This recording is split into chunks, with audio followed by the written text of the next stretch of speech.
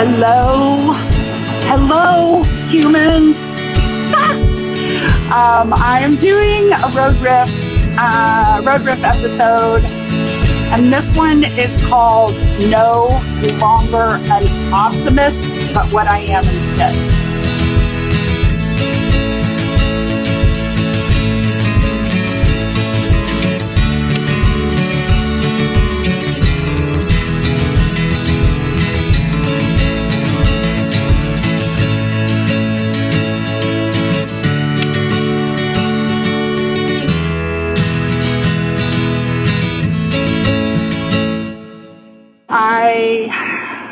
If you don't know, and if you're new to me, I used to be always an optimist. I still tend to have some of these qualities. I tend to see the best in people. I'm able to see the best in people, sometimes to my detriment. But my identity for many, many years was built around making other people feel good. And this was not conscious. I did not write in my journal and say, I think this is what I need to be so that I'm not rejected. This was my subconscious coping skills manifested. And I became somebody who believed in the power of prayer, and somebody who believed in magic and unicorns and optimism and positivity. I am somebody who used to tell her fears to F off. I needed things to be fun and uplifting for many, many, many years, even in my coaching career. Especially in the productivity coach, map coach days. I mean, that was expected of me. I came from a culture in that company where we were taught that complaining equals garbage and you're either happy and positive or you're a victim. So there was a lot of shame around any kind of difficult emotion. And I no longer claim to be an optimist. I do not want that identity. It did serve me, but it didn't serve me. It served me in the temporary. Sorry, I didn't realize I had my AC. It is 108 degrees outside. I had my AC blowing on y'all. That served me when I was driven subconsciously by this good girl, be happy, be positive, managing everybody else's emotions and experience by me needing everybody else to feel good. Period. Pause. Earlier this year, I'm not sure when, my little sister gave me, she said, hey, you should look up the Adult Children of Alcoholics Bill of Rights. And I looked it up and I immediately handwrote it in my journal, and then I immediately handwrote another one and laminated it because it resonated with me so much. I have a PDF of it now I can send you if you ask me for it. Just send me an email, and I will send you a 2-page PDF or one that you can print front and back, or you can write your own. There's a couple different versions out in the ACA, and ACA is Adult Children of Alcoholics. And I did grow up in an alcoholic family. And I do remember my dad, and I can appreciate his, willingness to admit this even from very young, that I grew up in a dysfunctional family. And so in a dysfunctional family, and often in an alcoholic family, that trauma is built around managing other people's experience. I think many of us have this experience. From lots of different sources. Many of the people I work with and know are recovering people pleasers, high achievers. This other aspect that has come in is the neurodiversity, and my personal diagnosis is ADHD since before I was 12. I can't remember. I think it's combined type. And what I am learning about that is when you have that, and especially if you're undiagnosed, your whole world is masked.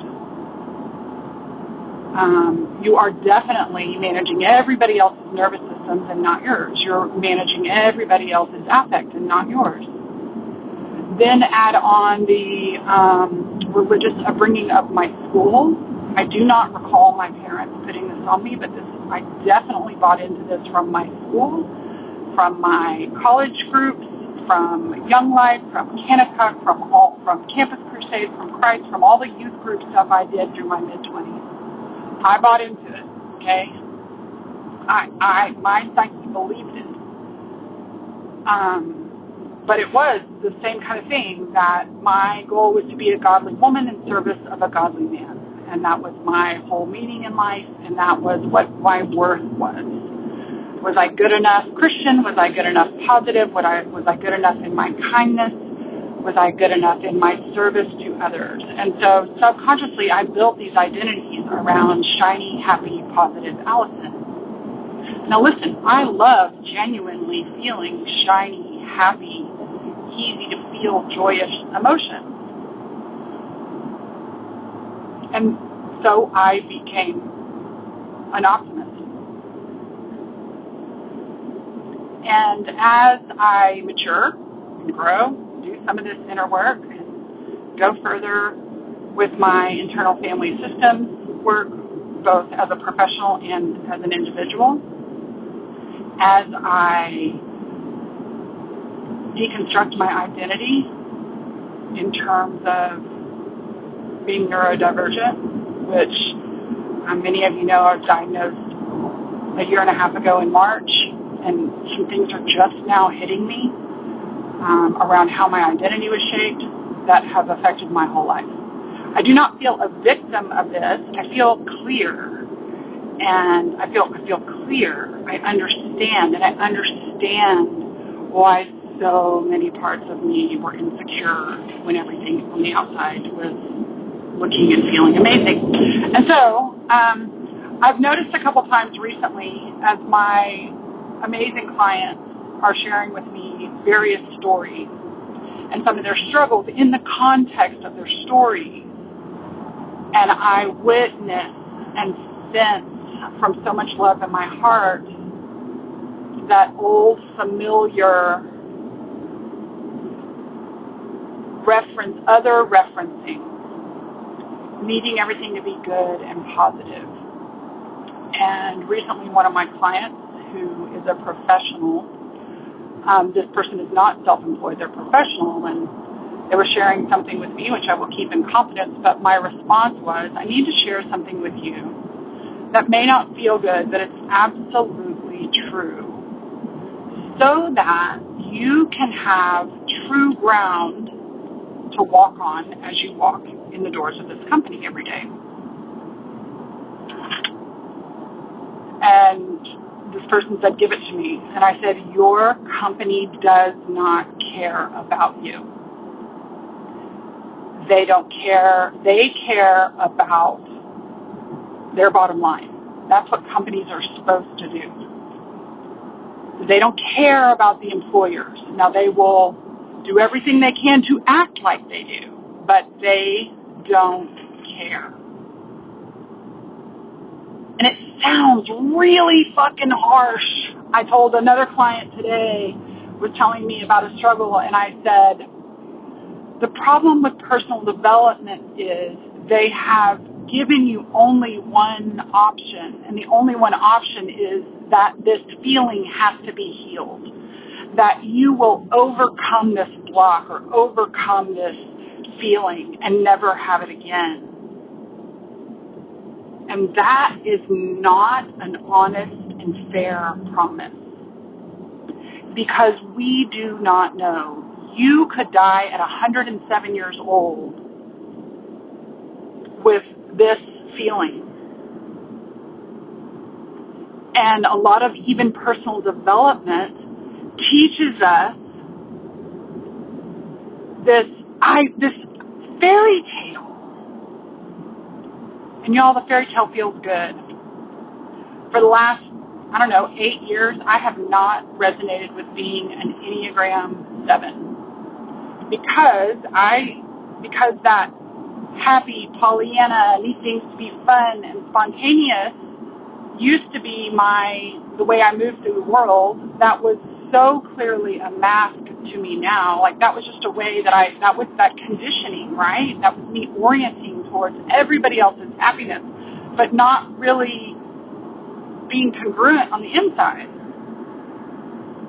And recently I heard a woman, Suzanne Stabile, her podcast is The Enneagram Journey, and she says none of those behavior tests are worth anything. I love that, because they're measuring behavior, not motivation. And so when I re-looked at because whenever I take this test, I never test as a 7. I test everything but a 7. I don't test as an 8. But I do not test as a 7. There's a lot of things that depend on when I take this test. And maybe somebody else has taught me this before, and I just couldn't hear it. But this time with Suzanne Stabile, I heard her say that. I heard her say that if you were a white woman in the South, and you were raised in Christianity, you were trained to be an Enneagram 2. Like, that was the standard of how we should behave. Okay, little side note there. There was some controversy around that post when I put it on Facebook. That is not knocking Enneagram 2, but it's very different to actually be an Enneagram 2 and resonate with the genuine underlying emotions of an Enneagram 2 and being a completely different Enneagram number, motivated by something else and behaving as if. So I read the Enneagram in her context, and I read the primary motivations of an Enneagram 7, and absolutely it makes perfect sense. And then I was like, well, doesn't everybody want to avoid pain and discomfort at all costs? And so I went to look at the motivations of the other numbers. And they had different motivations, right? The need to be needed. I was talking with somebody else the other day, and they were confused about their Enneagram number. And we were having this conversation, and they were like, everything I've ever done has been to create peace. I just want peace. And sure enough, they're an Enneagram 9 who never tests as an Enneagram 9. If you don't know about the Enneagram, I'm so sorry. It's a great thing to look up, but there's lots of false stuff out there. I can point you to some references. I'm not an expert in Enneagram by any means, but I am a student and an expert in a lot of ways of motivation. And when I'm talking with a client, actually when I'm listening to a client and I hear them, I can hear and feel in my body their longings and motivation in between the words they say. I can hear when the words that they say is the truest, deepest longing, or if there's more. It's just something my nervous system is attuned to. It's also something that my ADD brain can pick up on really easily. It's part of my gift when I'm in a coaching session. When that stuff's not in a coaching session, it's a problem. It's hilarious. Ooh, pink Cadillac. How cute is that? In the last couple of weeks, I've shared with these clients, I said, listen, I want to put something on the table, and you don't have to pick it up. But one of the things I have seen and experienced in life, and I'm not saying victim, there's a distinction I make in my book called reason versus fault. And to me, this is not about fault. This is not about, this is the system's fault, and I'm a victim. And yet, y'all, we're all victims of the system. My system, capital system, my inner psyche, mind, body, spirit psyche,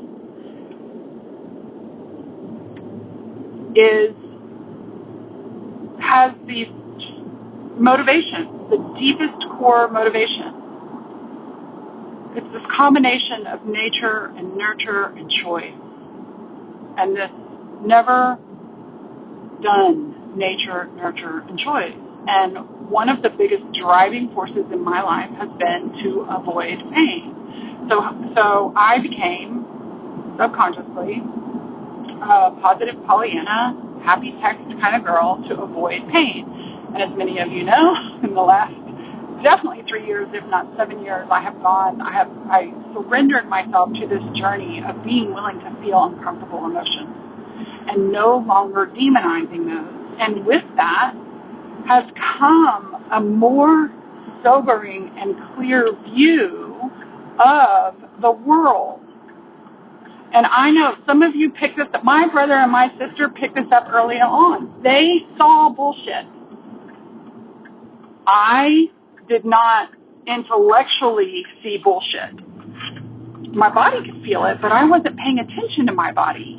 I was paying attention to information. So at the information level, I didn't get it. My body got it, but I was used to ignoring my body and paying attention to what everybody else liked. So everybody else likes the bliss of ignorance. I really get on some of my darkest days that ignorance is bliss, because when you know more, when you see clear and see the truth, it can be depressing as all get out. Fortunately, both of my clients, and I trust the relationship with them, and I know them well enough to know that they could hand, I set what I set on the table about this may not have this Pollyanna version, right? This work organization doesn't really care about you. You might die with this emotional experience never having resolved itself. And if that's true, then how do you want to be in the world? We're not taught, I don't think my client's employer not caring about them is reason to quit the job. Most corporations and businesses do not care. I'm not saying all. They don't care about people, but it doesn't serve them to say, we don't give a shit about you, we only give a shit about our bottom line, and here's all the ways we're going to make you feel like you matter, but at the end of the day, we're going to need you to do what we need you to do. We're going to need you to do what we ask you to do, even if it makes you feel like shit, because we don't want you to betray our family. So when you have a corporation, I saw Adam Grant say this on LinkedIn one day, and he was like, if a corporation is selling you the family line, run, because it's toxic. The company you work for is not family. It's not family. A lot of us can create closeness with the people with whom we have geographical sameness.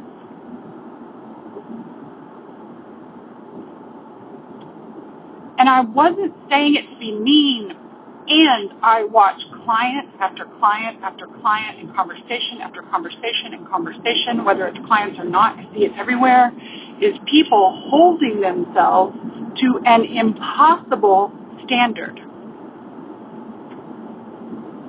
An impossible standard of avoiding or having a life without discomfort and pain.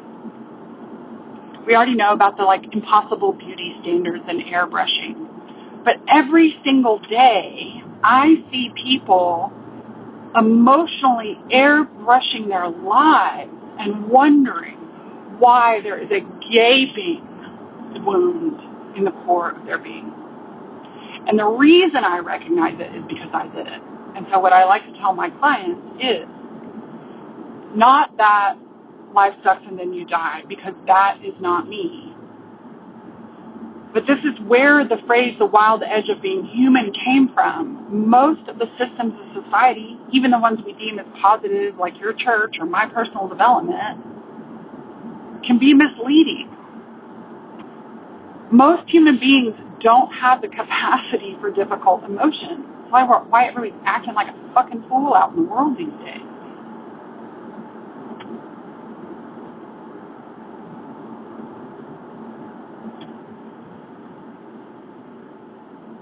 But if I'm playing with reality, and you can tell me reality is subjective, and that's not what this conversation is about.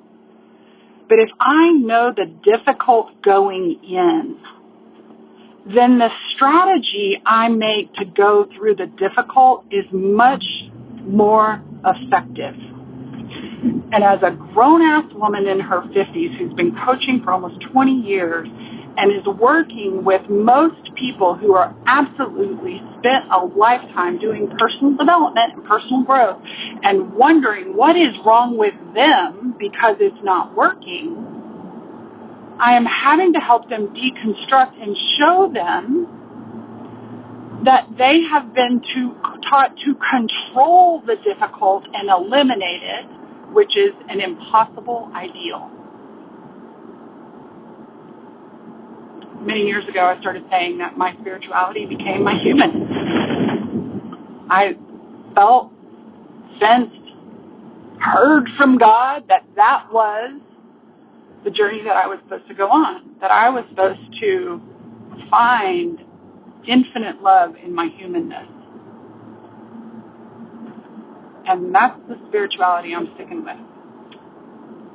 And conversation after conversation, I watch brilliant human beings that don't even realize they're subconsciously denying themselves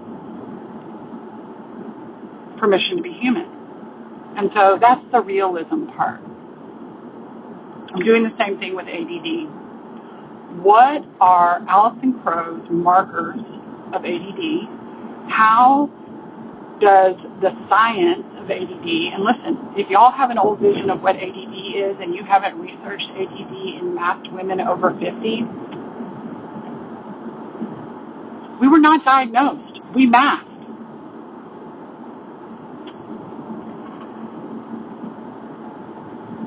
I know so many people that are out there doing amazing things and their internal world is still gasping for air to manage everybody else's experience, which is also an ADD thing.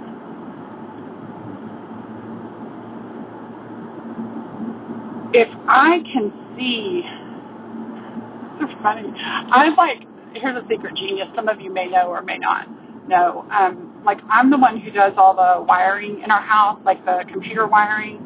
When I worked for the Catholic school, I brought my computer to school. I stole dial-up from the principal.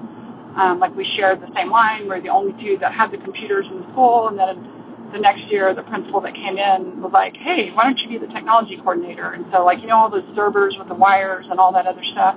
And when something breaks like that in my house, Allison, if I die, somebody needs to help Bill with all the technology. I'm the technology person. And one of the things, it's actually very logical. It's not that hard. It's overwhelming because when you look at it, it looks like a rat's nest. But one of the main things you do is you follow the lines and you restore connection.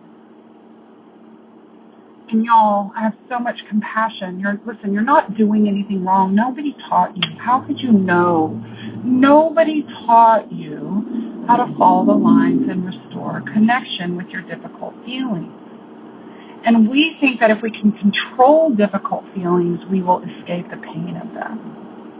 But nobody taught us how to connect with, and in the words of more than one of my clients, I just want to be seen, heard, and validated for who I really am.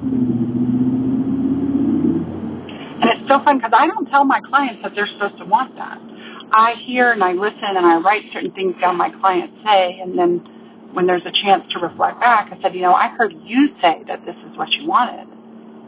And if they keep talking, man, it comes out almost every single time that deep in them, what do you want for your husband? I want to be seen, heard, and validated. What do you want at work? Seen, heard, and validated. What do you want in this? It's always something like that. And wouldn't you know, these hurting parts inside of us, so there's the hurting parts and then there's the controlling parts. And I tend to work with a lot of my clients' controlling parts like perfectionism and striving and procrastination and, all the things we typically call blocks in coaching. And those parts also need our tender, loving witness and validation. They don't need to be fixed because when they get the tender, loving validation, do you know they relax? They relax in your body, and they open space for this sense of grounded clarity and confidence to come through. It's a bottom-up approach I've heard recently. I've noticed that feeling in my body is like, if I'm from my head down, my top down, I was really, really smart, but I was disembodied. I wasn't I could be really smart and I could be really genius, but it felt empty in my body. I didn't know that. And now I know the difference between heady confidence, like intellect confidence, and whole being grounded, like to the core of the earth, calm confidence. One is thirsty and one is satiated. One sucks the air of the room and the other one just is and gives to the room without depleting.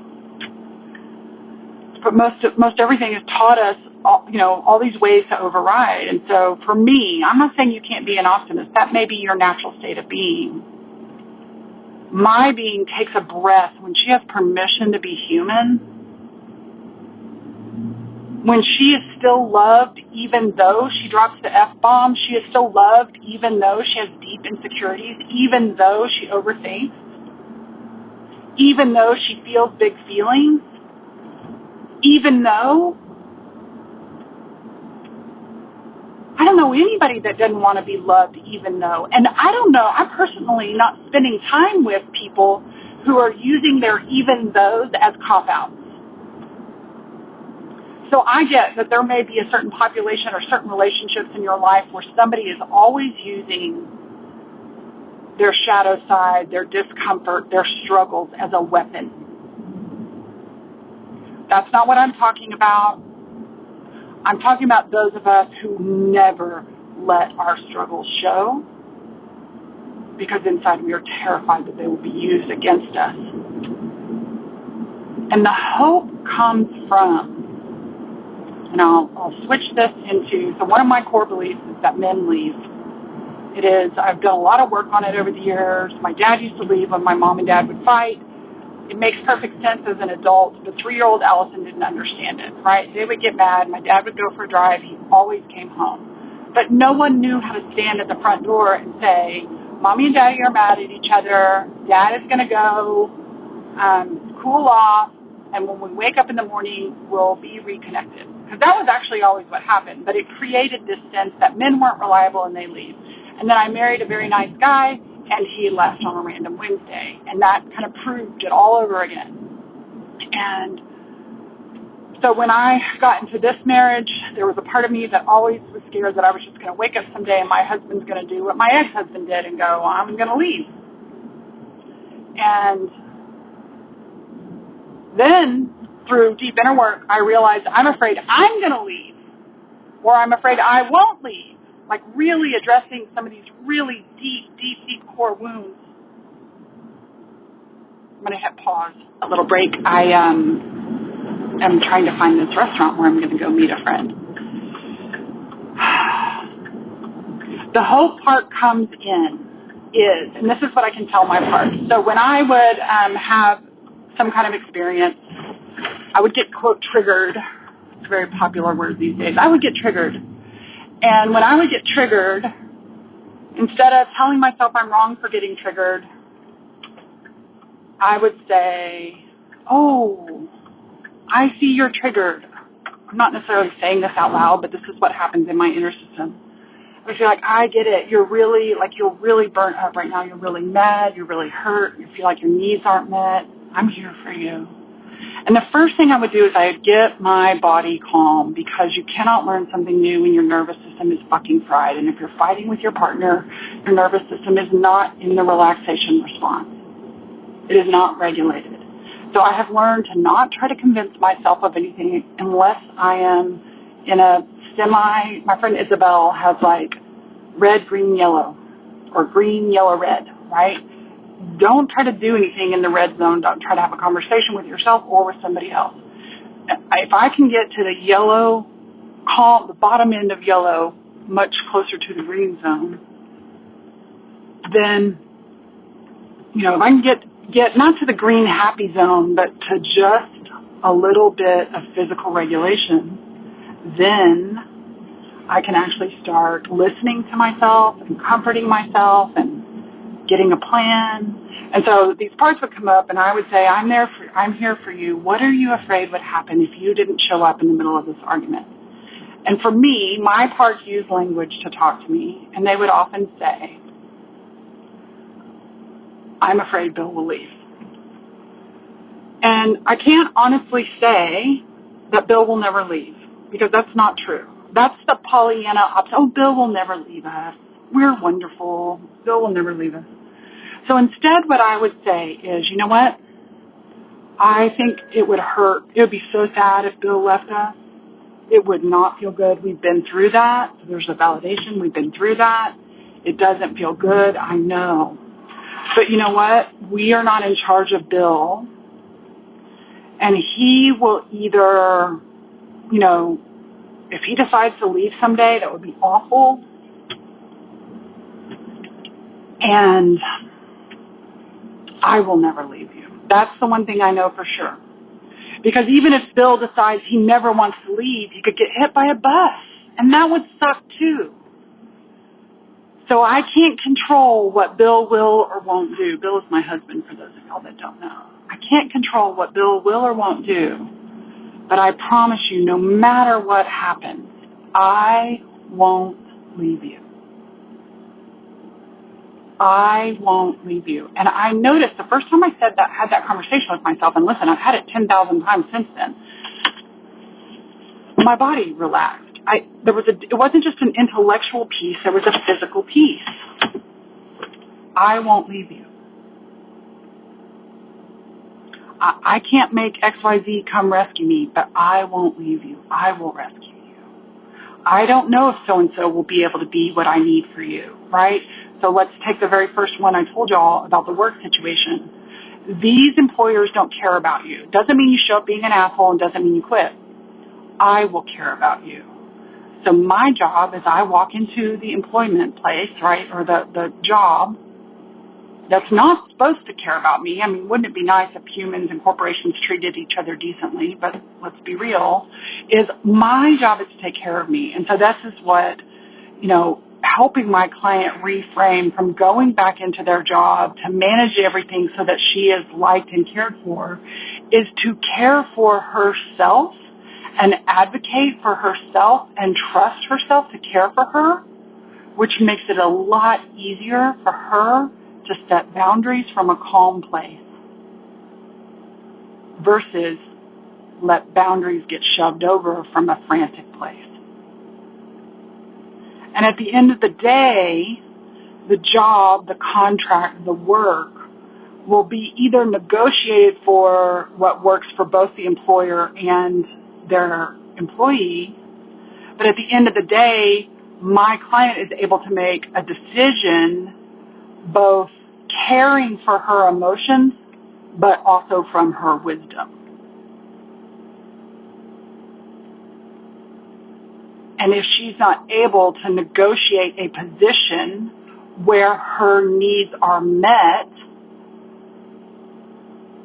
but she doesn't put on the employers to meet her emotional needs, she meets her own emotional needs. It's kind of nuanced, and it really depends on your perfect situation or your specific situation.